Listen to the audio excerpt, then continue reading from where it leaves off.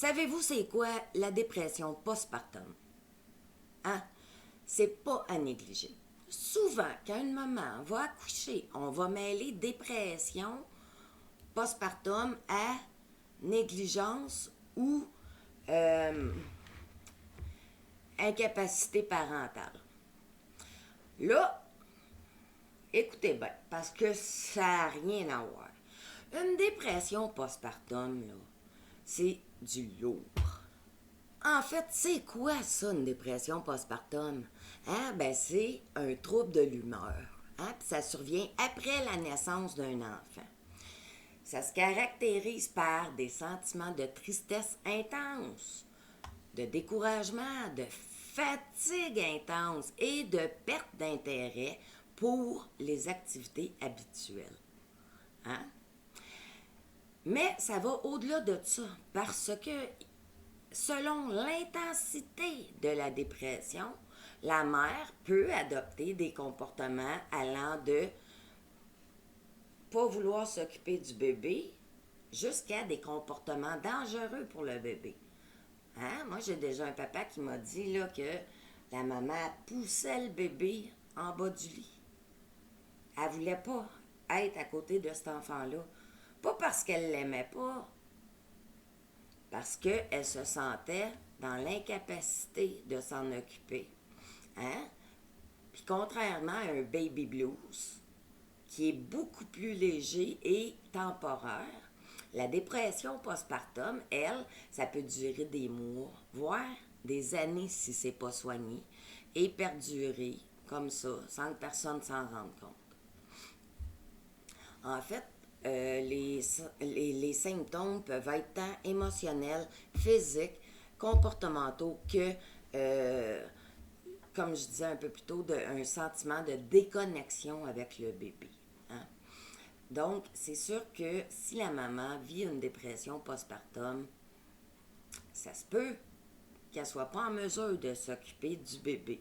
À ce moment-là, il faut une aide familiale, hein, soit des amis, le conjoint, les grands-parents, ma tante, mon oncle, peu importe, mais il faut que cette maman-là soit supportée émotionnellement, mais dans le cadre des soins à offrir à cet enfant-là. Donc, au quotidien. Comme dans toute autre dépression, hein, il y a des moyens pour traiter et corriger cette dépression postpartum-là. Ça va dépendre de chaque maman, à quel niveau ça l'est et de quelle intensité est la dépression postpartum. Par contre, c'est sûr que moi, je vous encourage d'avoir une écoute active, hein, d'écouter maman, ce qu'elle vit maman dans son quotidien, comment elle se sent face à son bébé, hein, mais aussi de l'amener à aller consulter un professionnel de la santé. Puis c'est d'autant plus important d'en parler au pédiatre de l'enfant, mais au docteur de la maman. Non pas pour y taper ses doigts ou d'y retirer son enfant, mais pour y amener l'aide nécessaire. Parce que trop de mamans vont être signalées et rapidement, on va mettre des mesures d'urgence auprès de cet enfant-là qui est nécessaire, mais qui n'aide pas la mère, pas du tout, là. Bref, c'est sûr que la thérapie peut être une belle approche pour cette maman-là. Également, c'est sûr qu'il peut y avoir une prescription médicale pour aider justement à replacer toutes ces hormones-là dans le corps et dans le cerveau. Également, c'est sûr qu'il faut sécuriser l'environnement physique de cette mère-là, hein, parce qu'il faut la surveiller. Il faut éviter l'isolement. Hein. Il faut organiser des sorties avec cette maman-là. Il faut maintenir les liens sociaux. Les amis doivent venir la voir. Sécuriser la maison. Il faut éduquer, faire de la prévention. Mais également, il faut dépister les signes de maltraitance ou de négligence qui vont s'en suivre. ça se peut que vous allez devoir sécuriser l'enfant et l'environnement de cette mère-là qui est en détresse. Mais cette maman-là, elle ne fait pas exprès là, d'être dans cet état-là. Souvent, c'est des facteurs hormonaux et biologiques qui, après l'accouchement, vont amener un dérèglement. Mais bon, ça fait que la maman a subi des grands changements. Là. Puis ça, ces fluctuations-là d'humeur, ben, ça peut provoquer des symptômes de dépression, en plus de déjà la fatigue, l'épuisement physique et moral, les pressions sociales aussi, hein, parce que souvent, ces mamans-là, le temps de la grossesse, vont s'imaginer un conte de fées là, pour l'accouchement. Là, ils ont des attentes très élevées en lien avec la maternité et les répercussions que ça a quand elles s'aperçoivent qu'elles ne sont pas les mères parfaites qu'elles auraient aimé être. C'est dévastateur. Elle peut se sentir coupable, inadéquate, voire même honteuse. Hein. Puis ça, ben, ça peut juste aggraver les symptômes de la dépression postpartum, puis rendre ça encore plus difficile pour le rétablissement de maman. Également, c'est sûr que toutes les difficultés que cette maman-là peut avoir à se connecter avec son enfant, ça peut amener aussi des sentiments de culpabilité et de désespoir face à son rôle de mère qui vont eux aussi venir alourdir le rétablissement de maman. Également, ben, c'est sûr que moi-même, j'ai eu 5 enfants et je peux vous dire que tout ce qui est les changements physiques suite à un accouchement peuvent être difficiles à accepter. Hein. Le retour de l'utérus à sa taille normale, ça crée des inconforts. Les saignements qui débordent, c'est pas évident.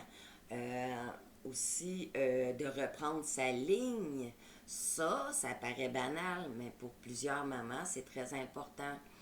Les douleurs aussi, dues à l'accouchement elle-même, en fait, une maman qui va déchirer, qui a des points de suture, quand elle va uriner, c'est plus difficile, c'est moins agréable.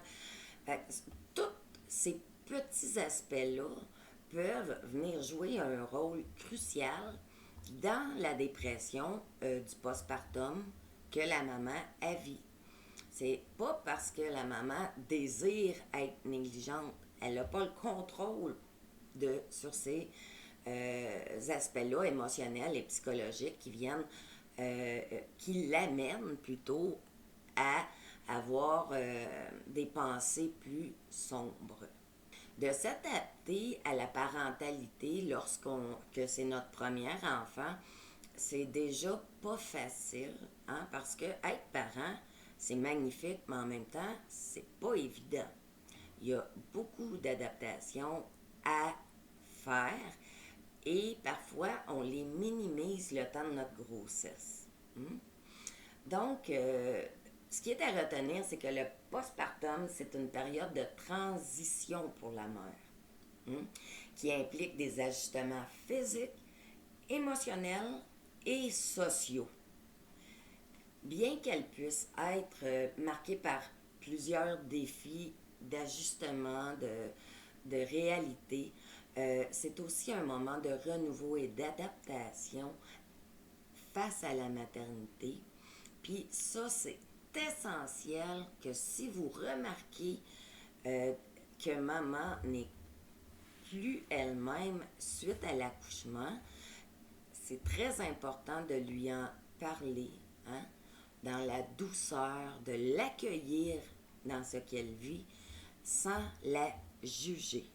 Et pour mes collègues intervenantes, c'est sûr qu'il faut faire attention lorsqu'on reçoit un dossier d'une maman qui vient d'avoir un bébé. Il faut faire la différence entre un état postpartum et un état habituel. T'sais, si la mère n'est pas dans son état habituel et que tout son entourage et sa famille le constatent, ben, il ne faut pas taper sur la tête de cette maman-là. Il faut l'accompagner et l'aider à trouver un équilibre dans sa nouvelle réalité. Donc, j'espère que ça vous a un petit peu informé sur ce que représente la dépression postpartum chez les nouvelles mamans. Donc, c'est pas évident, ce n'est pas facile de devenir parent, nouvelle maman. Ça inclut des nouvelles réalités. Et parfois, ces mamans-là sont juste pas prêtes. C'est trop vite, trop de responsabilités, trop de changements.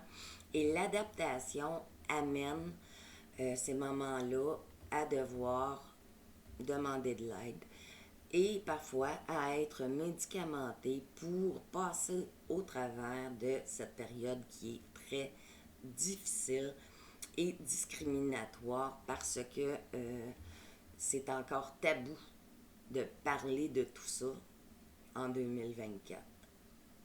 Mais ce n'est pas anormal. Bonne journée.